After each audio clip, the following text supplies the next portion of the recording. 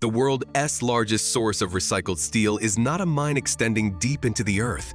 Its origins lie in the automotive recycling industry, often referred to as the second gate for vehicles.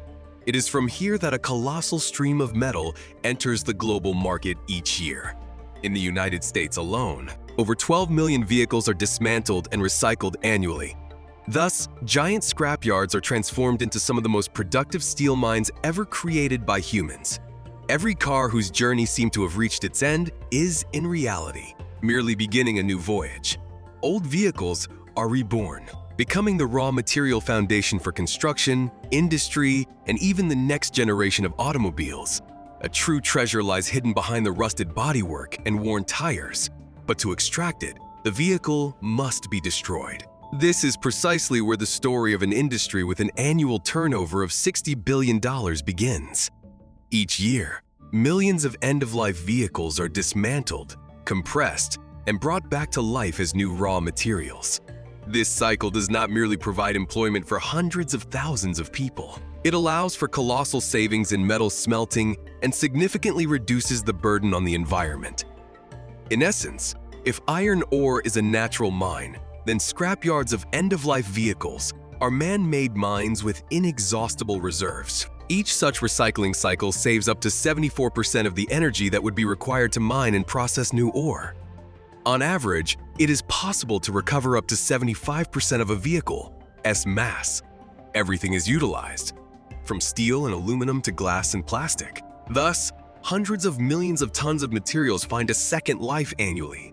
They continue their journey, becoming part of buildings, household items, and even future generations of automobiles. Its final stop is the gates of the recycling facility, where a new, invisible life begins. For every vehicle, the life journey concludes in the receiving zone. Here, specialists record the vehicle identification number, VIN, engine number, year of manufacture, general condition, and all accompanying documentation. Next, the vehicle is photographed, tagged with a tracking code, and a full set of data is uploaded into a digital management system. This stage not only allows for tracking the entire process, but also serves as the basis for assessing the residual value of each vehicle. The inspection focuses on components that can be reused, engines, transmissions, electronics, and interior parts. Serviceable parts are separated and supplied to the multi-billion-dollar market for used auto parts. Heavily damaged or completely worn-out vehicles, conversely, are sent directly for dismantling to extract materials. Upon completion of this stage, the vehicles are distributed across the yards, arranged in a precise, systematic order for dispatch to the processing line. Few realize that in the United States, over 95% of vehicles that have reached the end of their service life pass through this system. This makes the automobile the most recycled consumer product in the world. It is thanks to this level of organization that each one can maximize its residual value and contribute back to the economy. Its path to rebirth begins with methodical disassembly. Once all technical fluids have been drained, ensuring safety for the entire line, the vehicle enters the dismantling area. The wheels are typically removed first. They take up significant space and are the easiest to work with. Old tires are one of the most difficult types of waste to decompose. Their decay takes decades. Most are shredded into rubber crumb for asphalt roads and playground surfaces, while others are used as fuel in industrial kilns. Steel and aluminum rims are separated and sent directly for remelting. Next comes the turn of the windshields and side windows, which are cut out using a special tool. This is laminated glass. Reinforced with a polyvinyl butyryl film, it is precisely this film that prevents it from shattering into shards. During recycling, not only is the glass itself extracted, but also this film, which is reused in sound insulating materials and industrial coatings.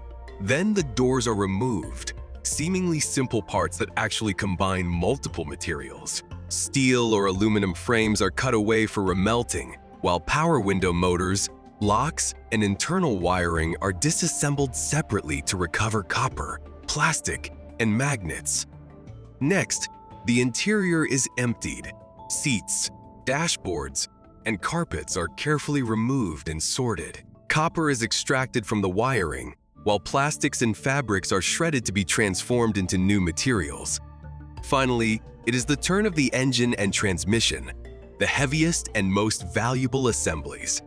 Some are remanufactured for resale, while others are disassembled down to the last screw to extract aluminum, steel, copper, and even precious metals from catalytic converters.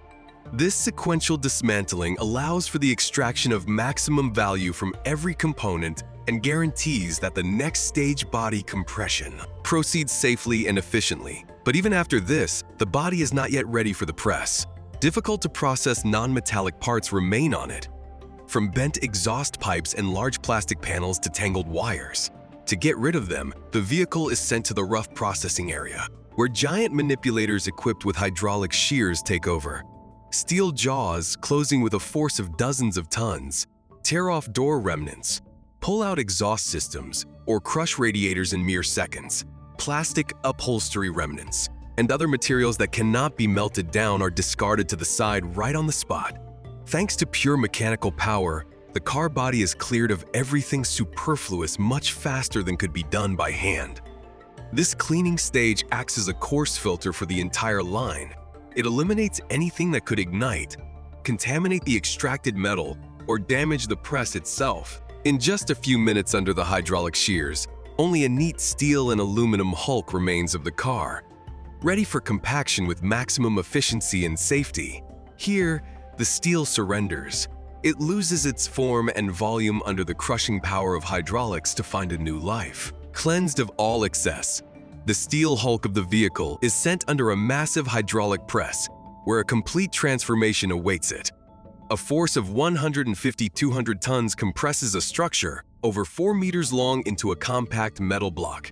Its initial volume is reduced tenfold, turning the bulky body into a neat cube. Depending on the technology and scale of production, different types of machines are used for this, each with its own task. A baling press compresses the body into a dense steel cube.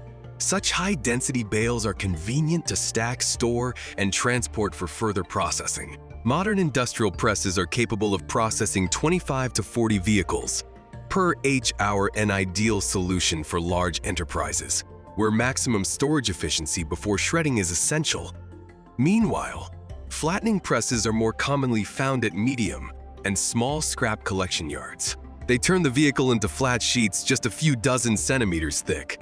Their main advantages are speed, low energy consumption, and lower investment costs. However, there is a compromise. Flattened cars are less dense, which means more energy is consumed during the subsequent shredding stage. Finally, shear presses perform a dual function. They simultaneously compress and cut the metal. As a result, the body is divided into short sections convenient for further work. Although their throughput is lower, they offer a direct route to shredders, and in some cases straight to smelting furnaces, completely bypassing the baling stage. Comparing these methods, baling is like tightly packaging goods for storage. Flattening is like rolling out dough into a thin sheet for convenient transport. And shearing is like chopping into ready-to-use portions for remelting. Different approaches, but the goal is the same: to turn a bulky vehicle into a homogeneous metallic semi-finished product, ready for a new life. When the body is compressed, the dense steel bales are fed via conveyor into a powerful shredder, the mechanical heart of the entire line inside its chamber. Massive steel shafts with interlocking teeth rotate in opposite directions. In mere seconds, they tear the compressed block apart with incredible force. The air is filled with the deafening screech of metal. In an instant, a vehicle that once occupied an entire parking space is transformed into a pile of uniform scrap fragments. The output is staggering. A modern industrial shredder is capable of processing 100 to 150 tons of steel per H-hour. This amounts to hundreds of vehicles every day. It is precisely this efficiency that allows the auto recycling industry to operate on an industrial scale, turning mountains of scrap metal into valuable raw material for smelting furnaces. After shredding, this entire mixture of metals and non-metals moves along a long sorting line. Powerful magnets are the first to extract carbon steel from the stream, while eddy currents divert lightweight aluminum and copper to the side. Remnants of plastic, rubber, and fabric upholstery are rejected and sent to waste. The extracted steel is pressed again into dense briquettes for shipment to the furnace. Aluminum and copper are collected separately. They will become raw materials for other industries. Less than an hour passes from a scrapped vehicle to clean metal ready for reuse. Now it is ready to return to the global production cycle. What was once scrap metal is ready to be reborn in fire. The recycled metal enters a new production cycle. Once the frames of old cars, they are now compressed, shredded, and packed into standard steel bales. The recycling journey enters a new stage.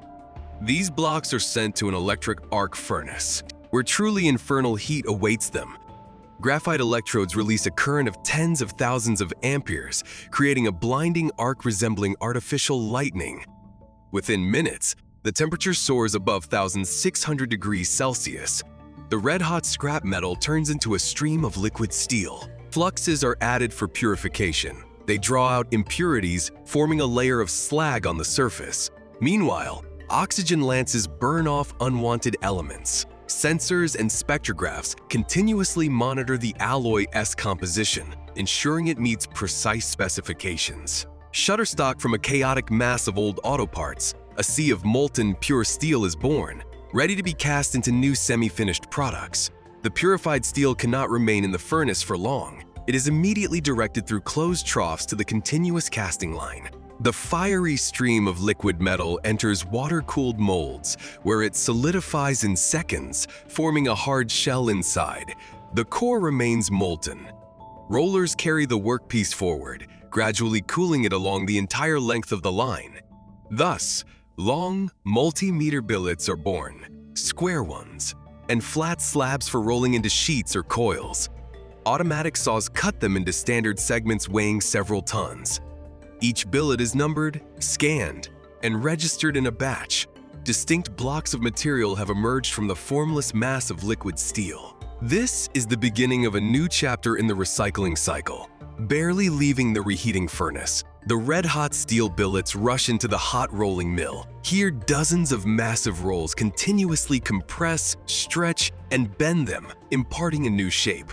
With each pass, the steel becomes thinner and longer, transforming from a heavy, rough block into uniform sheets or coils.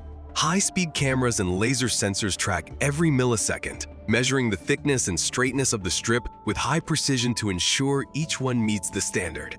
This process resembles sculpting, where strength and precision turn metal into a work of engineering art. Freshly rolled steel cannot be sent further immediately. It must be cooled, but this must be done in a controlled manner. High-pressure nozzles envelop the surface in a white mist, rapidly lowering the temperature and preventing the formation of cracks. Then, powerful fans blow over the coils along their entire length, allowing the steel to cool gradually and preserve its internal structure.